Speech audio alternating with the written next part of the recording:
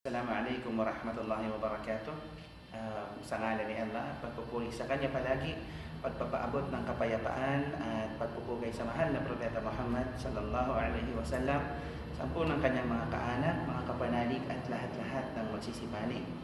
Nawa ay abutan tayo lahat ng kapayapaan, pagpapala ni Allah subhanahu wa ta'ala at ng kanyang habag para sa lahat ng mga maaabot ng pagtalakay nito.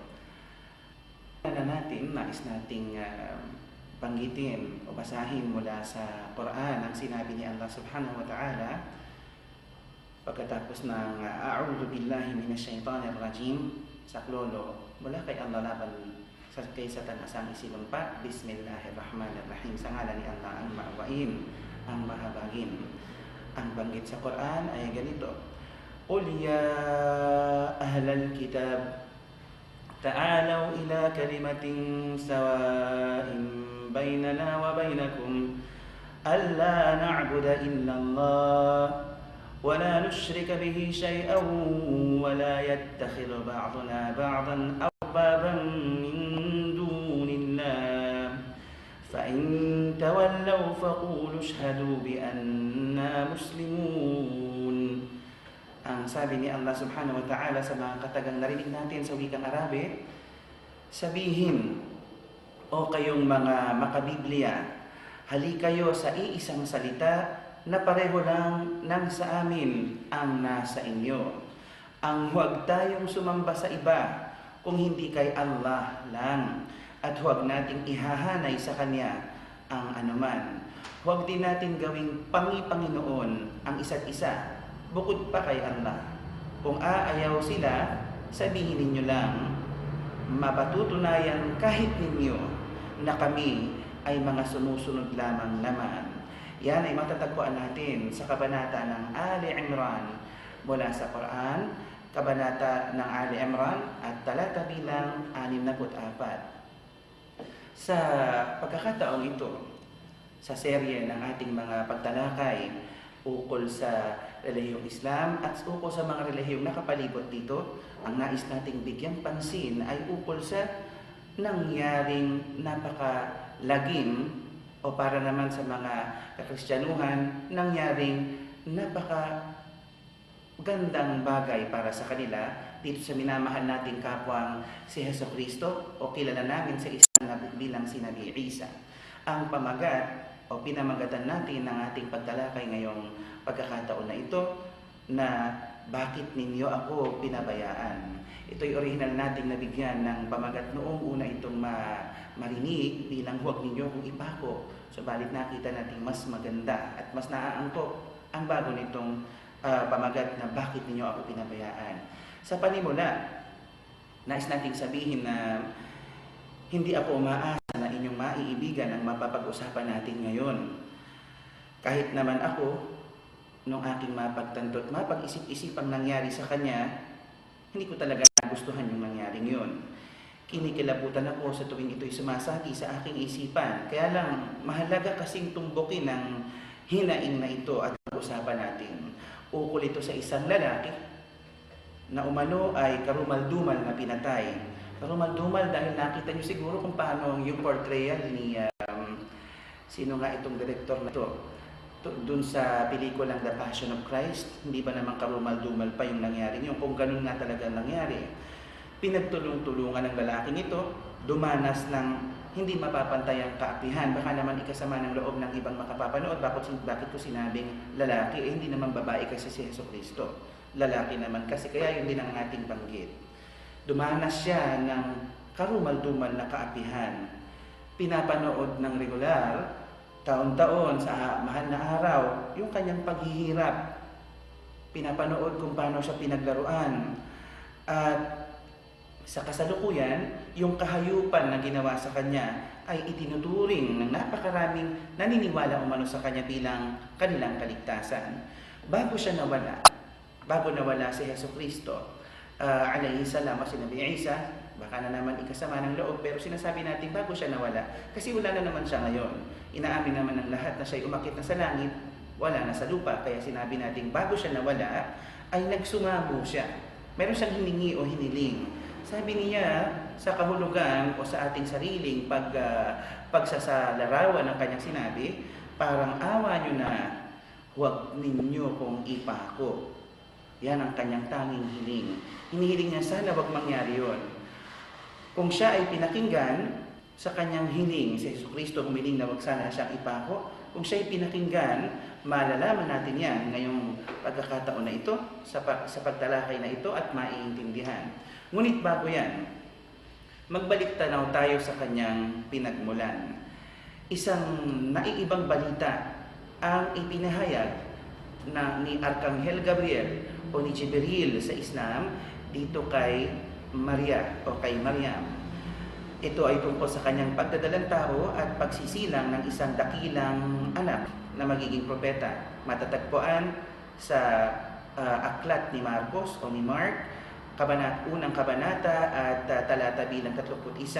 Ito na may matatagpuan sa Quran sa kabanata pinamagatang Ali Imran at talata bilang 45. Kasunod nung pagbabalitang yon sa kanyang kapanganakan, sumunod yung pagkamangha ng mga guro, ng mga maestro sa templo.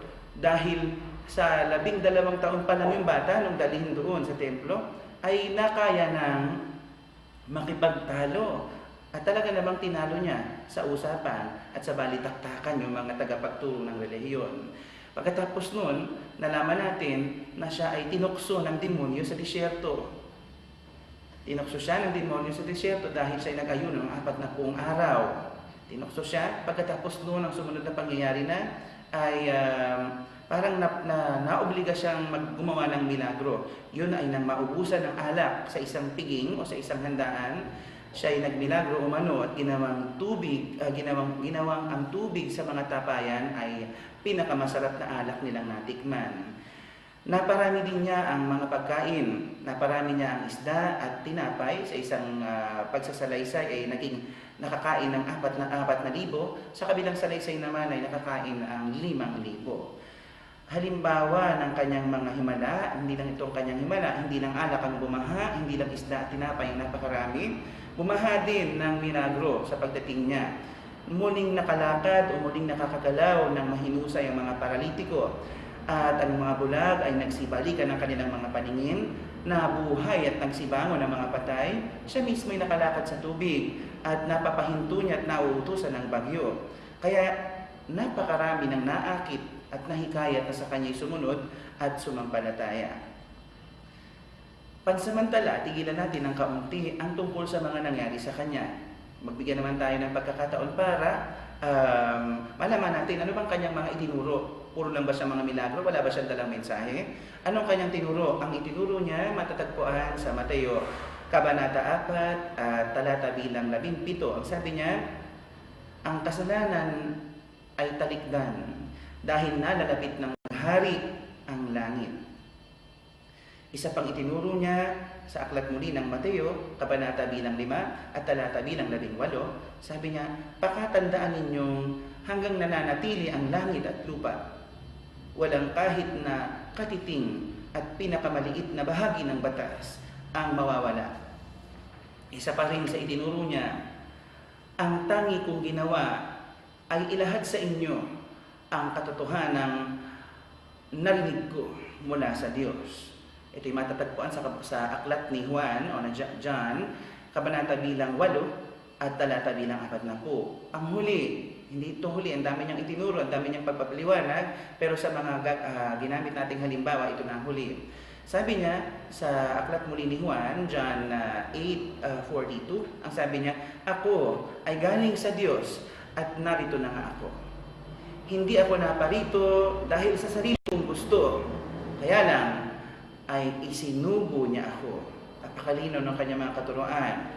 Ngayon naman, sa kasalukuyang panahon, napakarami ang umaasa sa kanya. Ang daming naghihintay. Sobra na ng paghihintay. 1800s pa lang, itinaya na ng sekta ng mga Sabadista ang kanyang pagdating. 2 beses silang sinabing darating siya sa ganitong date.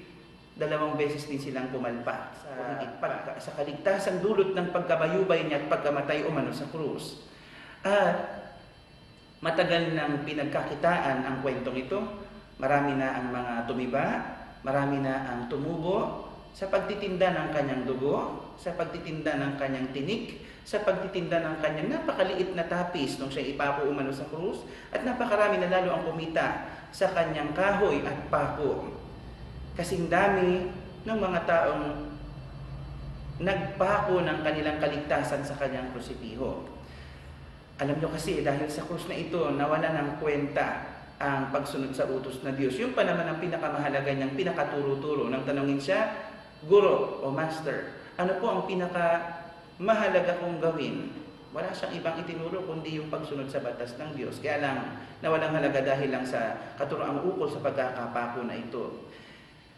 Para namang ginagawa nilang pinipiga nilang pilit ang pagkakapakong ito sa krus hanggang sumirit ang kanyang dugo at isinasabit nila o isinasampay ng paulit-ulit yung bugbog niyang katawan sa krus. Hindi pa sila kasya dyan. Ipinako pa. Kaya parang ayos na, maliligtas na umano sila. Pagkukumpara lang ng konti, mawalang galang o hindi naman pwedeng mawalang galang dahil mahal ng propeta natin si Jesucristo o si Nabi Isa, paghahambing lang. Maaari nating sabihin na hawig kay Osama bin Laden itong propetang ating ipinagtatanggol ngayon, si Jesucristo. Bakit kanyo? Hindi naman siya kahawig ng kahit na sinong Santo Papa. Lalong hindi siya kahawig ng sino mang nagtuturong ministro at pastor dahil yung tinutukoy nating propeta, balbasarado. Hindi makinis at nagsusuklay ng kanilang balbas sa pamamagitan ng jilet. Magkaiba, no? Balbasin. Balbasarado, arabong-arabo ang itsura. Pero kung titingnan natin, kahit magkahawig sila, di hamak na parang lumamang si Bin Laden. Bakit lumamang? Tinakot na ng Amerika ang Afghanistan. Nabobombahin kapag hindi nila isinuko si Bin Laden. Tinakot na pupulbusin ang bansang ito. Pero hanggang ngayon, nadurog ng Afghanistan, hindi pa rin nila isinusuko at ibinabalato si Bin Laden sa mga Amerikano. Hirap pa rin silang hanapin kung nasan ito. Pero yung kawawang propeta, si Jesucristo, alayhisalam, umano, ibinenta kapalit ng 30 pirasong pilak. Pagkatapos siyang madakip, nagkanya-kanya na ng tago at nagkanya-kanya ng nagpulasan at nagtakbuhan yung kanyang mga natuturuan ng mga mag-aaral. Pagkatapos yung sinabi pa sa kanya, hindi kita kailanman iiwan. Itong si Pedro, 3 ulit siyang idinatwa, sinabing hindi ko kilala. At pinabayaan siya ng lahat ng mga sinabing nagmamahal sa kanya at sumusuporta na mag-isa. Kaya nasabi nating lamang pa si Bin Laden. Hindi naman nila kalahi, si Jesucristo alayhisalam, kalahi nila, nakuha nilang iwanan at ipagpalit. Nasaan na kaya yung mga nabanggit natin kaninang 9,000 na nakikain at nakilamon sa pinarami niyang tinapay at isda? Bakit biglang nangawala yung mga lumpo na nakatakbo na o baka nagtakbuhan pagkatapos nilang pagalingin at saan na napunta yung mga paralitikong kanyang napagaling? Pati ba naman yung mga bangkay na nabuhay niya, na kung hindi niya binuhay ay patay pa rin, hindi rin siya naalala, hindi rin siya tinulungan. Yung mga bulag na nakakita sa pamamagitan ng pagmamilagro niya, bakit hindi na makita-kita nung nahuli siya? Naglaho na rin pati mga kalapating mabababa ang lipad na napagbago niya sa pamamagitan ng kanyang mga ginintaong aral. Pati na yung mga kolektor ng buwis na umano'y naging mabuting mga tao na wala din. Subhanallah. Yung 12 niyang mga tauhan at mga disipulo o mga apostoles, yung 72 disipulo niya, mga tagasunod, yung mga kamag-anak niya, yung nanay niya, at kung sino-sino pa. Siya nga pala, di ba alam natin wala siyang ama? Oo, totoo naman yun. Pero imposibleng wala siyang mga kamag-anak dahil yung nanay niya, hindi naman ipinanganak sa pamamagitan ng isang milagro. Bigla lang sumingaw yung lupa, lumabas si Maria alayhisalam. Hindi, may mga kamag-anak. Nasaan na yung kanyang mga kamag-anak? Yung kanyang angkan, di man lang siya ipinagtanggol. Wala nang kwento tungkol pa sa kanila. Para bang kulang yung kanyang mga nagawang kabutihan para sa mga tao nating nabanggit. Para iwanan na lang siya ng ganun kadali. Wala man lang bang kahit na isang maliit na sukli yung kanyang nagawang mga kabutihan at kanyang mga naitulong. Hindi ba uso sa bayan ng mga Israelita? Hindi ba uso sa mga Hudyo ang utang na loob? Magagaling lang ba silang maghingi ng kagalingan at manghingi ng milagro at manghingi ng makakain? Pagkatapos pag nagkagipitan, pag nasusukol na, yung taong kanilang hiningan, yung taong kanilang nahinga ng tulong, kanya-kanya ng takbuhan, pinababayaan. Ang talagang hindi mabura-bura sa isip ng sino mang titingin sa nangyaring ito, yung karumalduman na nangyari, na nakuha pa nilang ikwento. Hindi naman mga Pilipino ang nagkikwento sa Biblia. Hindi naman mga Amerikano ang nagkikwento sa Biblia. Hindi naman mga Inchik ang nagkikwento sa nangyari. Ang nagsasalaysay, ang nagsasaad ng buong pangyayari, mga kalahi niya. Kung sino yung mga nagsisigawan ng ipako siya sa krus, kung sino yung mga nagsitalikuran, kung sino yung mga nagpanakbuhan, kung sino yung mga nagtraidor sa kanya, sila yung nagkwento kung anong ginawa nila sa kanya. Subhanallah. Nagtulong-tulong sila para matiyak na masusukol at mahuhuli nila si Jesucristo alayhi salam o si Nabi Isa. Si Judas Iscariote, hinalikan pa siya. Napakakapal naman ng labi nun, hindi lang ng mukha. Hinalikan pa para lang maituro na siya talaga yung dapat dakpin ng mga kawal ng mga Romano para damputin. Si Pedro nakipagkampihan dahil kung hindi, bakit niya itinangging kakilala niya? Hindi man lang niya ipinagtanggol yung kanyang guro. At lahat ng kanyang mga tauhan ay nagpulasan at nagsitakbuhan. Ang pinakamatindi nang tanungin sila ni Poncio Pilato kung anong gagawin sa kanilang hari, sabi nilang lahat. Bakit lahat? Karamihan kasi sa kanila, yun ang sigaw. Anong sigaw nila? Ipako siya sa krus o dapat siyang mamatay. Ang nangyari, shortcutin natin yung The Passion of Christ, ang haba-habang pelikula, dinagukan siya, sinampal siya, hinubuan, pinainom ng suka, kinoronahan ng tinik, sinaksak, pampinali, ipinako sa krus hanggang sa lumamig, hanggang siya ay maging isang malamig na bangkay. Magkahawig na naman, may kahawig na naman. Yung nangyari sa kanya, kung titingnan natin, ay parang isang massacre o pangmamassacre. Hindi ba yun naman ang nangyayari at ginagawa ng mga Hudyo hanggang ngayon sa Palestine? Minamassacre ang mga tao doon para maangkin nila ng buong buo yung lupain ng Palestina na kahit kailan na hindi naman talaga na ipangalan sa kanila. Ibig sabihin, pag ang bagay ay hindi nakapangalan sa iyo, ay hindi iyo. Ang pangalan ng lupain ay Palestina, natural, ang may-ari nun, mga Palestinian. Pero nakakapagtaka, no? Sila yung pinalalayas sa kanilang sariling bahay.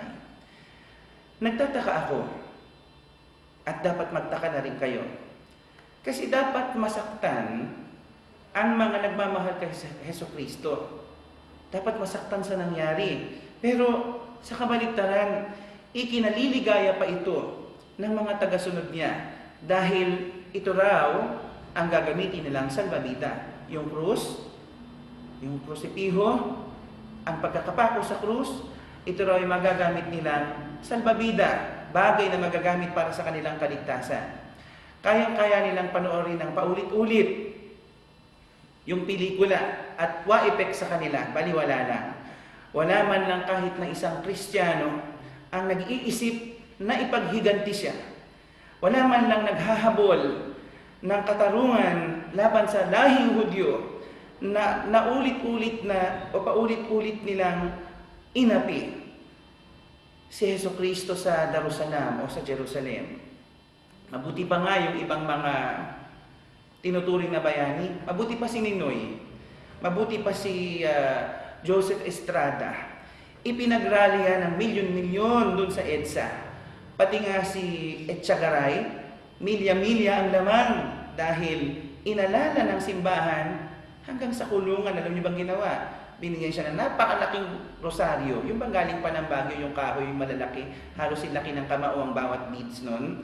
Tapos, subhanallah, yung inaangkin ng maraming tao na mahal nila na anak ni Maria, wala man lang kahit na isang Kristiyano ang kinukuluan ng dugo. Kaya ganun. Ano kaya nangyari? Sabi ng mga kolektor at ng mga nagpapaikot ng abuluyan, ang pagkamatay at pagkakapako sa krus ni Hesukristo ay isang bagay na kailangan. Ito raw kasi ang misyon ng kawawang si Kristo. Yung siya'y gawing sangkalan ng kasalanan ng mga Kristiyano at pangkalso sa impyerno. Hindi na natin nais na sagupain pa at salubungin o kontrahin ang katuroang ito. Ang atin lang, bilang normal na tao at nagtataglay ng malinaw na pag-iisip, sino ang nagsabi na sinabi ni Hesukristo na ang sabi ng Diyos ay dapat siyang mamatay? Dahil wala naman kasing itinuro si Hesukristo na hindi iniutos sa kanyang ituro ng kung may kapal. So, sinong nagsabi na sinabi ni Hesukristo na sinabi ng Panginoon niya o ng Diyos na dapat siyang mamatay para sa kasalanan ng kung sino-sino? Sino ang nagsabi na sinabi ni Hesukristo alayhisalam na huhupa na lang basta at mabubura ang galit ng Diyos sa tao kapag si Hesukristo ay patay na o naipako na sa krus? Alam niyo, napakagandang palaisipan ng kwento ukol sa kanya diyan sa aklat ng Biblia. Hindi ka mauubusan ng hiwaga at hindi ka mauubusan ng misteryo. Papipiliin ka ng tamang sagot dahil nandun yung tamang sagot at nandun din yung mali. Papipiliin ka ng tamang sagot at bahala kang isipin kung alin sa mga nandoon ang tutugma at siyang tumpak na kasagutan. Ipagpalagay natin na tama ang kwento. Pagpalagay natin yung kwento na ang tamang kwento ay dapat ngang ipako siya sa krus para mamatay. Na siya namang pinaniniwala ang pilit ng mga sumusunod umano sa kanya. Tatanggapin ba ninyo na ibasura na lang ang iba pang mga katuruan niya para lang malunok ninyo yung pagkakapako sa krus o para lang malunok nyo ang krus ay itatapo na lang yung kanyang mga itinuro na iba? Mga katuruan na kapag inyong tinanggap, babasagin ang inyong paniniwala at pananalig sa kanyang krus at sa kanyang pagkakapako. Tingnan natin kung ano ba itong mga katuruan ng ito. Napakaraming parabola ni Hesukristo alayhisalam o ni Nabi Isa na umano'y nakasulat sa Biblia o mababasa sa Biblia. Parabola na tungkol sa buto ng mustasa. Parabola tungkol sa suwail na anak, the prodigal son. Parabola tungkol sa asin. Parabola tungkol sa buhangin. Parabola tungkol sa pagtatayo ng bahay sa buhangin. Parabola tungkol sa ilawan. Parabola tungkol sa kung ano-ano pa. Maaring ginagamit ng mga tagapagturo, lalo na ng mga pari sa pagmimisa, ang mga parabolang ito ni Hesukristo alayhisalam o ni Nabi Isa para lamang bigyan ng leksyon ang mga umaattend o mga dumadalo sa kanilang pagmimisa. Subalit, alam nyo ba na may isang parabola na kahit minsan ay hindi pinagtangka ang ikwento sa atin ng mga leader pananampalataya ng sangkakristyanuhan? Alam nyo ba, may isang parabola na pinipilit nilang hakbangan, lagpasan at hindi pansinin? Ang parabolang ito ay nasa saad ng ganitong paraan. May isang mayaman na nagmamay-ari ng isang malawak na lupain ang nagtayo ng ubasan. Binakuran niya ang ubasan na ito at nilagyan ng pigaan. Kasi ubasan, may kailangan may pigaan para makagawa ng, alam na natin. Naglagay din siya ng tore na pangtanod, panggwardya. At pagkatapos, tsaka niya ito pinaupahan at siya ay humayo na para maglakbay. Dumating na yung panahon ng anihan. Kaya yung may-ari ng ubasan ay nagpadala ng mga utusan upang makuha ang kanyang parte sa mga inani. Ang nangyari, pinagbubugbog, pinatay, pinagbabato itong mga ipinadala niyang mga utusan para maningin.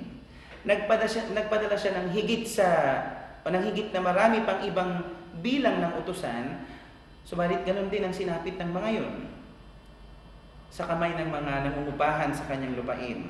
Hanggang sa huli, naisip ng may-ari ng ubasan na ito na ipadala ang kanyang sariling anak. Pay attention dito sa passage na ito. Hanggang sa huli, Pagkatapos ng lahat ng mga pinagbubugbog, pinagpapapatay at pinagmumura ng mga utusan niya para maningil, hanggang sa huli, naisip niyang ipadala na mismo yung kanyang sariling anak sa kanila sa pag-aakalang irirespeto naman siguro nila ito dahil ito'y kanyang sariling anak. Subalit nang makita ng mga nangungupahan sa kanyang ubasan ang kanyang anak na paparating, isang maitim na balak ang kanilang niluto. Patayin natin ang anak ng may-ari at aangkinin na natin ang kanyang lupain. Siyempre, pag namatay may-ari, ang susunod na magmamana, yung anak, wala nang magmamana. Pag napatay na, mamamatay may-ari, so naisip nilang magiging kanila na. Ang ginawa ng mga taong ito, hinuli nila yung anak. Kinaladkad nila palabas ng ubasan at pinatay. Pagkatapos magkwento ni Hesukristo nitong parabolang ito, nagtanong siya. At ngayon, kapag dumating na ang may-ari ng ubasan, ano ba ang gagawin niya sa mga nangungupahan? Siya na mismo sumagot ng tanong niya. Sabi niya, tiyak na papatayin niya ang mga walang kaluluwang ito at ipapaupa ang ubasan sa iba na ibibigay sa kanya ang kanyang parte sa tamang panahon. Baka maisip ng mga aabutin ng pagtalakay na ito, nagawa-gawa lang natin yung kwento. Di basahin nyo mismo, hanapin nyo sa aklat ni Mateo, kabanata bilang o kapitulo bilang 21 at talata bilang 33. Isipin natin, sino kaya ang tinutukoy sa parabolang ito na anak ng may-ari ng bahay? Ano ba ang tinutumbok ni Hesukristo o ni Nabi Isa? Ano bang kanyang pinatatamaan sa parabolang ito? Di para malaman nyo ang sagot, tingnan nyo siyang mabuti. Tingnan nyo mabuti kung anong alam nyo sa nangyari sa kanya. At tingnan nyo rin mabuti ang parabola. Timbangin natin kung sa pamamagitan ng pagkatay sa kanya ng mga Hudyo ay patatawarin ng kanyang ama ang kasalanan ng mga Kristiyano. Kung patatawarin nga ba talaga ng kanyang ama ang mga kasalanan ninyo, isipin na lang yung mabuti. May utang kayo sa akin. Nag-utos ako ng mga tao para maningil sa inyo at pinapunta ko doon para maningil. Tapos, ang ginawa nyo, pinagpapatay nyo, pinagmumura, ininsulto at pinalalayas nyo ng ubasan. Hindi nyo binigay yung aking parte. Hanggang sa naubusan na ako ng maipapadala dahil lahat natatakot na sa inyo dahil pinagpapapatay nyo o pinapahiya. Naisip kong ipadala na yung sarili kong anak mismo, baka galangin ninyo. Total, anak ko na yon. Pagdating niya doon ay pinatay nyo pa rin. Patatawarin ko na lang kayo basta ng inyong utang sa akin. Dahil lang sa napatay nyo yung anak ko. Kapwa-tawad na ba tayo? Ang utang nyo, ipatong pa dun sa buhay at kahihiyan ng mga iba pang utusan ko na ipinadala para maningil, ipatong pa dun sa pagkakapatay nyo sa anak ko. Patatawarin ko na lang basta dahil napatay nyo yung mahal kong anak. Tingnan natin uli ang kwento. Kung talagang sagot na ni Kristo, alayhi salam, ang kasalanan ng mga Kristiyano, ibabasura na lang ba natin ang nangyaring pag-ayaw niya na ito ay matupad? Subhanallah. Bukod sa siya ay mayroong mga allusions o mga pagtutukoy doon sa mangyayari na hindi yun magugustuhan ng poong may kapal. Kasi kung titingnan natin, yung ubasan ay parabola tungkol sa daigdig. At lahat ng mga tao, sila yung mga nangungupahan o nakikigamit ng daigdig na ito. Nagpadala ng utusan ng mga propeta, ng mga alagad, ng mga mensahero ang pong may kapal para singilin ang mga tao sa pagsunod at pagtupad sa kanyang mga utos. Hanggang sa hindi na nila matupad ito at naubos na, nagpadala na siya ng pinakamalapit sa kanya, si Hesukristo. Sa panahon na yon. At pinatay pa rin. Anong sabi ni Hesukristo? Ng impyerno. Doon sa mga walang hiyang yun na mga nagpapatay sa pinakahuli niyang ipinadala. Sabi pa ni Hesukristo, Patatawarin na lang ng poong may kapal? Hindi yata. Basahin ang mabuti ang parabolang yan at itindihin ano bang tinutukoy niya. Ngayon, balingan naman natin at pagtuunan ng pansin itong pangalawang punto na kung talagang sagot na ni Kristo ang kasalanan ng mga Kristiyano, bakit kaya ang kanyang mga sinabi ay hindi pagpahayag o pagtanggi na lang sa bagay na ito? Inaayawan niya. Hindi iisang pagkakataon na mababasa nating wala siyang planong magligtas ng kahit na sinong Kristiyano. Unang-una, wala naman siyang kilalang kahit isang Kristiyano sa panahon niya. Ang lahat ng mga taga-sunod niya hindi Kristiyano, mga Hudyo. Wala siyang kilalang Kristiyano. Hindi tinatawag na Kristiyano ang mga taga-sunod niya sa panahon niya. Sila, ang tawag pa rin sa kanila, mga Hudyo pa rin. Subhanallah. Wala siyang planong magligtas ng kahit na sino. Pagdating niya at ng mga disipulo sa gawi ng Getsemani o ng Getsemani, anong ginawa niya? Inutusan niya yung mga tao, yung mga disipulo niya, yung mga apostoles niya, yung 12, sabi niya, dito lang kayo. At pupunta muna ako doon para manalangin. Dito lang kayo. Imagine niyo yung sitwasyon na dito lang kayo, pupunta lang ako doon para manalangin. At isinama niya si Pedro at ang 2 anak ni Zebedee. Isinama niya si Pedro, nag-iwan na siya, nag-post na siya ng mga taong bantay, nagsama pa siya ng mga alalay. Pagkatapos, anong nangyari? Ayon din sa Biblia, sabi, nakubabawan siya ng labis na lungkot at sama ng loob. Kaya nasabi niya, ang lungkot sa aking puso ay sukdulan na halos ako ay ibuwal na nito. Halos matalo na siya ng kanyang pagdadalamhati, ng kanyang nararamdaman.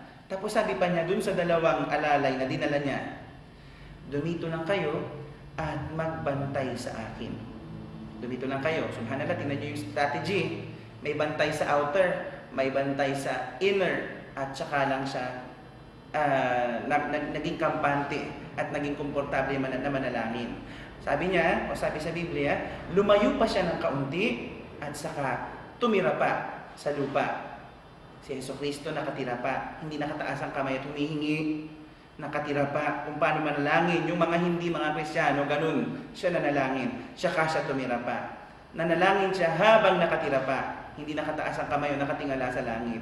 Sabi niya sa kanyang pananalangin habang nakatira pa, aking Ama, kung maaari, tanggalin po ninyo itong saro ng paghihirap mula sa akin. Nagmamakaawa, aking Ama, kung maaari, tanggalin po ninyo itong saro ng paghihirap mula sa akin. Hindi po dahil iyon ang aking gusto, kundi sapagkat yun po ay pasya ninyo. Nang matapos siya sa kanyang pananalangin, nilapitan niya yung 3. Sino nga ba yun? Si Pedro at yung 2 anak ni Zebedee. Ano nangyari sa kanilang 3? Tulog. Nang makita niya, dapat sana kawawa naman, nagpahinga kasi napagod. Pero anong reaksyon niya? Kung talagang hindi niya sila pinagbabantay, bakit ganitong reaksyon niya? Sabi niya, nang maabutang tutulog-tulog yung 3, paanong nangyari na hindi man lang ninyo na kaya nang bantayan ako kahit 1 oras lang? Sagot niya nang makita yung 3 natutulog, paanong nangyari na hindi nyo man lang nakayanan na bantayan ako kahit 1 oras lang? Kaya si Jesucristo sa panahon yun ay nagpapabantay talaga, nagpapagwardya. Alalay talaga niya at mga bodyguard yung mga tao. Alam niya kung anong mangyayari, kaya naglagay siya ng mga bantay para masawata at mapigil yung pagdakip na yon. Bakit niya gugustuhin mapigil? Baka sabihin na naman natin, nagawa-gawa lang natin ito o gawa-gawa ko lang. Hanapin ninyo, tingnan sa aklat ni Mateo, kabanata bilang 26, talata bilang 36 hanggang 40 yung kwentong yan. Isipin natin mabuti. Talaga bang may usapan na kapag napatay si Jesus, ay matutuwa ang Diyos sa tao? talaga bang pwedeng gamiting salbabida ng kaligtasan mula sa pagkalunod sa kasalanan ang kanyang krus at koronang tinik? Kung talagang sagot ni Hesukristo sa krus ang pagnanakaw, ang pangangalunya, kung talagang sagot niya ang sugal, kung talagang sagot niya ang alak o paglalasing, kung talagang sagot niya ang pagiging durugista, kung talagang sagot ni Hesukristo ang korupsyon, at kung ano-ano pa, bakit hindi yata siya natutuwa na mangyayari sa kanya ang bagay na yun? Kalimitan ng mga tao kapag alam nilang magiging bayani sila, ay lalong itinataya ang buhay nila kasi alam nila mayroong worthwhile reason for dying. Alam nila magiging bayani, alam nilang titingalain sila, at alam nilang magiging makabuluhan yung pagkamatay nila. Pero ito, ang dami niyang maisasalba. Lahat ng mga sugalero at mga walang hiya, maisasalba, maililigtas mula sa apoy ng impyerno. Pero bakit ayaw yata niya? Sa sobrang ayaw niya, ipinapanalangin niya habang nakatira pa sa nakasubsob sa lupa na huwag po niyong ipahintulot, huwag po niyong pahintulot, huwag po niyong pawayaang mangyari. Ilayo niyo po sa akin ang saro ng panghihirap. Ilayo. Ayaw niya. Bakit ayaw yata niyang mangyari yun? Kahit kayo naman kahit sino namang tao, kung simpleng pagbababarilin ka lang, firing squad, siguro okay lang. Kaso, nakita niyo naman yung ginawa doon sa The Passion of Christ, hindi naman siya basta pinagbabaril doon Tinorture. Minasakal nga ang tawag doon. Nakita niyo naman, hindi naman latay yung nangyari sa katawan niya Nagkandahiwa-hiwa sa pagpapalo yung ginawa sa kanya. Kung talagang nangyari yun, subhanallah, sino namang magpapakabayani na gawin yun sa kanya? Ang problema pa, habang ikaw ay pinaparusahan ng ganun ka kahapdi at ganun katindi, wala kang saklot. Imposibleng, hindi ko alam kung paano nangyari, kung paano kumapit yung ganung kaliit na tela sa kanya. Kahit lampin nilalagyan ng perdible, pero yun, paano kumapit yun? Ang liit-liit ng tela sa isang malaking tao. Ewan natin kung paano nangyaring magic doon. Habang hinihiya siya, nakahubad. Habang pinarurusahan, walang saplot kundi yung napakaliit na panyong yun. Subhanallah. Sinong gustong gawin yun sa kanya sa harapan ng pagkarami-raming tao? Kaya nga, propeta talaga si Hesukristo, alayhi salam, ipinagdasal niya sa poong may kapal, huwag niyo pong ipahintulot na ako'y mapahiya. Huwag niyo pong ipahintulot na ako'y maging kahihaya. Iligtas niyo po ako mula sa kanilang pangdudusta at panghihiya. Hindi niya hiningi na maligtas yung mga tao. Hiningi niya na siya ang iligtas laban sa kanila. Kung siya talaga ay naipako sa krus, biruin ninyo, kung talagang naipako siya sa krus, kung talagang siya yun, hanggang sa krus iba ang turo niya. O ibang aral na inihahatid niya sa atin at ipinaabot. Kung siya nga talagang naipako sa krus, hanggang sa dulo ng kanyang paghihirap ay nagpupuyos ang kanyang damdamin at hindi niya matanggap na iyon ang kanyang dapat na kahinatnan. Si Hesukristo alayhi salam, kung talagang yun ang nangyari sa kanya na ipako sa krus, si Hesukristo ay umiiyak sa pamamagitan ng isang napakalakas na tinig. Nagpalahaw daw si Hesukristo kung siya ngayon. Ang sabi niya, Eli, Eli, lama sabachthani. Ang sabi niya, Eloi, Eloi, lama sabachthani. Ang sabi niya, Diyos ko, bakit niyo ako pinabayaan? Kaya ang titulo ng ating pagtalakay ngayon, yung mismong sinabi niya, bakit niyo ako pinabayaan? Kailangan ko pa bang sabihin kung saan matatagpuan ito? Mateo, Kabanata bilang 27, talata bilang 46. Subhanallah, si Hesukristo mismo, ang turo niya, ang pagkakapako sa krus ay kapabayaan. Diyos ko, bakit niyo ako pinabayaan? Ang pagkakapako sa kanya sa krus, kapabayaan. Kung siya'y napabayaan kaya siya naipako sa krus, paano siyang makapagliligtas? Ang pagkakapako nga sa krus ay kapabayaan. Tinupad naman niya lahat ng inutos sa kanya at itinuro yung mga aral na kailangan marinig ng gustong mga manampalataya at magbago na ng kanilang mga daan. Nagrereklamo lang naman siya. Natupad naman niya lahat ng inutos. Bakit siya pinabayaan? Hindi naman niya sinulo yung mga milagro. Hindi naman niya puro mga kamag-anak yung binuhay niya. Hindi naman puro kamag-anak yung pinagaling niya. Tinupad niya lahat ng mga utos. Kaya nagrereklamo siya. Kung siya talaga yon, bakit siya pinabayaan? Subhanallah. Baliwala na lang sana kung hindi na lang sana siya nakalakad sa tubig. Baliwala na lang sana, hindi na lang sana siya nakapagpabago ng tubig at naging alak. Baliwala na lang sana kung hindi niya na lang kaya na makapagpagalaw ng kahit na ano, makapagpagaling ng may sakit. Baliwala na lang kung hindi niya kayang magpatigil ng bagyo. Baliwala na lang kung hindi niya kayang bumuhay ng patay. Sana, nung siya na yung papatayin, hindi siya pinabayaan. Hindi niya matanggap na pagkatapos niyang tuparin ang usapan sa pagitan niya at ng poong may kapal, siya'y ilalaglag, siya'y tatraydurin, siya'y pababayaan. Itinuro pa niya, sabi pa naman niya, nakakapahiya naman para sa kanya. Sabi niya, sa isa sa mga itinuro niya, popular din itong maturuan sa simbahan at kung saan-saan pang mga kapilya at pagtitipon-tipon, fellowship ng kakristyanuhan. Sabi ni Jesucristo umano, humingi at kayo ay bibigyan. Hanapin at inyo itong matatagpuan. Kumatok at kayo ay pagbubuksan. Sabi pa niya, interpretasyon kung ano ibig niya sabihin doon. Sino sa inyo ang hihinga ng kanyang anak ng tinapay para lang bigyan niya ng bato? O kaya ay hihinga ng kanyang anak ng isda para bigyan niya ng ahas? Pagpapatuloy pa niya, kayo ngang mga upod ng sama, marunong magbigay ng mabuti sa sarili niyong anak, siya pa kayang nasa langit? Ibibigay niya ang mga mabubuting bagay na kanilang hinihingi. Tingnan natin kung totoo itong tinuro niya. Hindi lang siya kumatok. Si Jesucristo, alayhisalam, kung totoo ang nasa Biblia, hindi lang siya kumatok sa langit. Hindi lang siya basta nanghingi. Hindi lang siya basta naghanap. Nagmakaawa siya, nanginginig na lumuluha, nakasugsog pa sa lupa para lang siya iligtas.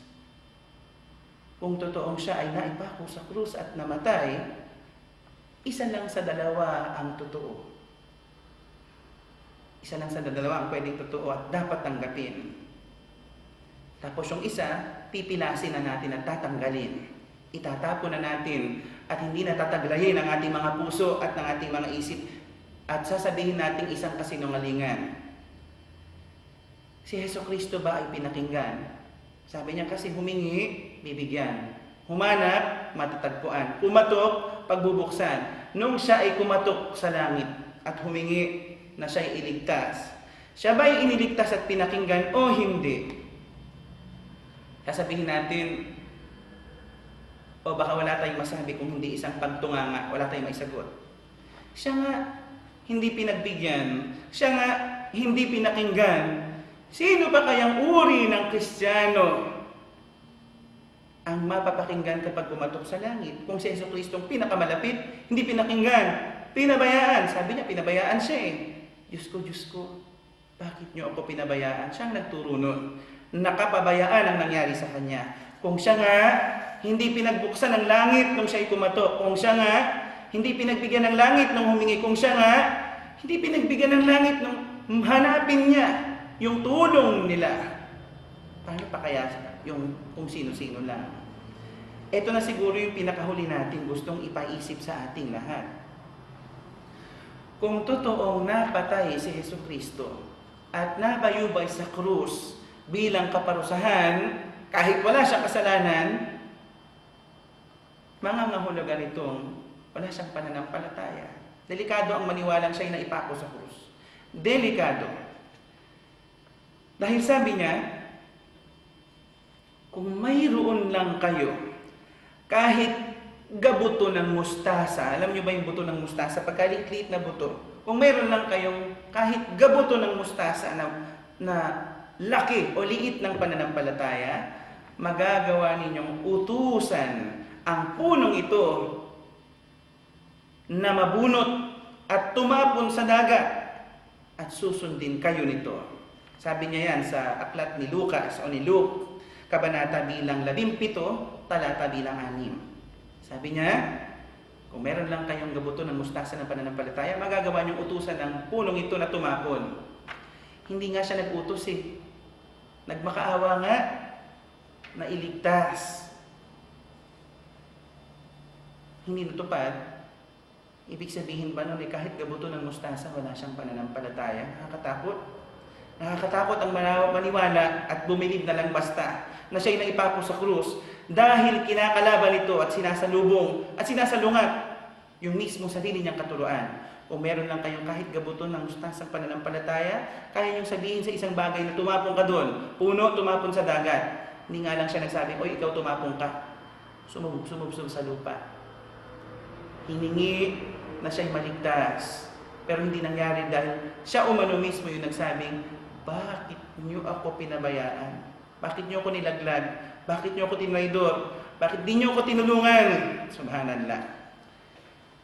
Matatagpuan natin yung sinabi niyang yun tungkol sa gabuto ng mustasang pananampalataya na kung meron ka magagawa mong hingi ng kahit na ano't mangyayari sa aklat ni Lucas, kabanata bilang o kapitulo 17 at talata bilang 6. Subhanallah. Isipin nating mabuti kung alin ang totoo. Siya ba talaga'y naipako sa krus ayon sa kanyang sariling katuruan? O siya ba talaga'y naipako sa krus dahil yun ang gustong mangyari at papaniwalain tayo ng mga tagapagturo nung inaangking sila daw yung mga naturuan ni Jesucristo ng pananampalataya? Bakit sila daw? Kasi wala namang itinuro si Jesucristo na sekta. Wala nga siyang tinurong relihiyon nung dumating siya. Saan ang galing ang Roman Catholicism? Hindi nga niya nababanggit nung buhay pa siya yan. Saan ang galing ang Jehovah's Witness? Hindi niya nabanggit yung mga yan nung buhay siya. Hindi niya alam yung mga terminong yan. Saan ang galing ang Seventh-day Adventist? Saan ang galing ang kung ano-anong aglipay? Saan ang galing yung mga Christian Scientist Church? Saan ang galing ang Iglesia ni Cristo? Saan ang galing ang dating daan? O saan ang galing ang Iglesia ng Diyos kay Cristo Jesus? Haligi at suhay o haligi at saligan ng katulad. Saan ang galing itong mga grupo-grupong ito? Saan ang galing ang Church of Mormon? Saan ang galing yung mga yan? Hindi niya nababanggit, ibig sabihin hindi niya alam. Hindi niya nabanggit, ibig sabihin hindi niya kinakampihan. Hindi niya nababanggit, ibig sabihin wala siyang pakialam. Saan ang galing? Wala siyang itinurong kahit na isang sekta. Hindi nga siya nagbanggit ng relihiyon nung panahon niya. Ang binabanggit niyang tangi, sundin ang kalooban ng poong may kapal.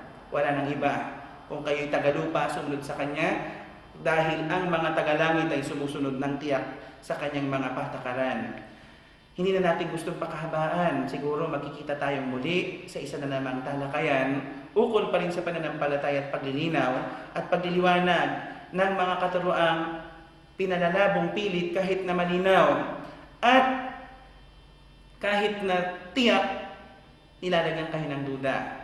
Tiyak na sinabi ni Jesucristo siya'y pinabayaan, pero ang sabi nila, ang kapabayaan ito'y kaligtasan. Saan nyo makukuha yung ganyang klaseng matuwid na kaisipan? Kapabayaan na nga ng Diyos, magiging kaligtasan pa. Kung siya pinabayaan, paano kayong ililigtas? Kung yung mahal na mahal niyang si Jesucristo pinabayaan, paano niya kayong iisipin pa para lamang tulungan?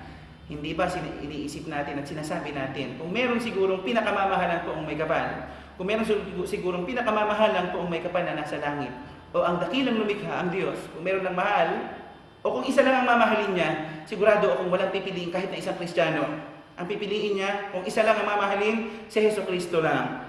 Paano niya nakuhang pabayaan? Hindi naman pwedeng sinungaling si Jesucristo kung siya ngayon na nasabing, bakit niyo ako pinabayaan? Pero kung sasabihin niyo nagsinungaling siya, hindi ko pa rin tatanggapin. At hindi pa rin tatanggapin ng mga Muslim na nagsinungaling ang isang propeta.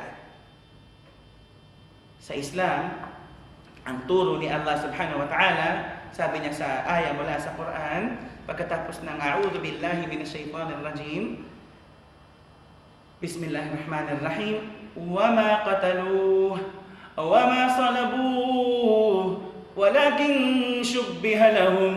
Sabi ni Allah subhanahu wa ta'ala, paano nga naman lang mapapatay yung kayong lumakad sa tubig? Hindi nila siya naipako sa krus. Paano nga naman nila maipapako sa krus? Yung kayang bumuhay ng patay at kayang pumigil ng bagyo o ng panahon. Ang sabi ni Allah subhanahu wa ta'ala, hindi nila siya napatay, ni hindi nila siya naipako sa krus. Yun lang ang akala nila. Walakin syubbiha lahum. Yun lang ang akala nila. Ang itinuturong nangyari ay akala lang. Ang naipako, hindi pwedeng si Jesucristo. Ang naipako nila ay hindi si Jesucristo. Dahil ang turo tungkol sa kay Jesucristo ay iniakyat siya sa langit. Sabi ni Allah subhanahu wa ta'ala, bal rafa'ahu Allahu ilayhi. Sa halip, iniakyat siya ni Allah subhanahu wa ta'ala ng pong may kapal sa langit. Tanggap naman ng mga Kristiyanong siya umakyat sa langit. Tanggap na siya umakyat sa langit. Tanggap din ng mga Muslim na siya inakyat sa langit. Ang problema lang, pinipilit na siya ipako sa krus kahit na hindi siya naipako sa krus. Subhanallah. Alam nyo ba, mas mamatamisin pa ng poong may kapal na ipako sa krus ang lahat ng mga lasenggo sa mga Kristiyano. At ipako sa krus ang lahat ng mga nagsasama-sama at nag-uugnayan din naman kasal. Ang ipako sa krus ang lahat ng mga drug addict. Ang ipako sa krus ang lahat ng kriminal. Kaysa ipako sa krus yung kanyang minamahal na si Jesucristo. Mas gugustuhin pa niyang ipako sa krus ang lahat ng pari, ministro at mga pastor na mahilig mangolekta at magpakalat ng mga abuluyan. Mas gugustuhin pa ng Diyos na sila ang ipako at butasan ng pako pati na kanilang mga mata kaysa ipako yung pinakamamahal niyang propeta. Hindi pwede yun. Mas gugustuhin pa niyang ipako kayo kaysa ipako yung mga mahal niyang propeta. Hindi niya gugustuhin na ipako yung mga mahal niyang mga sugo na napili niya. Pagkatapos kayo magpapasarap at papasok na lang ng paraiso at maliligtas dahil lang sa naniniwala kayo na nangyari yung kapabayaan sa kanyang mga mahal. Ang totoo, yung katuruan ng crucifixion o katuruan ng pagkakapako kay Jesucristo, isang napakadelikado talagang katuruan. Una, sinabi ni Jesucristo, umano, siya'y pinabayaan. Pangalawa, inaakusahan ng poong may kapal ang Diyos na walang kayang gawin laban sa kakayanan ng mga Hudyo. Pero inyo ginusto namang Hudyong ipako sa krus, tapos ang Diyos nanonood lang, napanood niya, tiningnan lang niya na yung mahal niyang sugo, ipinako lang nila sa krus ng ganon-ganon lang, sinampal, dinagukan, nilagyan ng koronang tinik, pinahiya. Subhanallah, hindi yata papayagan ng Diyos yan. Kayo siguro, ipapapako na lang niya, pero ang mga mahal niyang propeta ay ililigtas niya. Napakahaba ng ating konklusyon, pero hanggang dito na lang. Sana'y kapulutan, hindi man ang aral. Sana'y kapulutan, hindi man ang aral.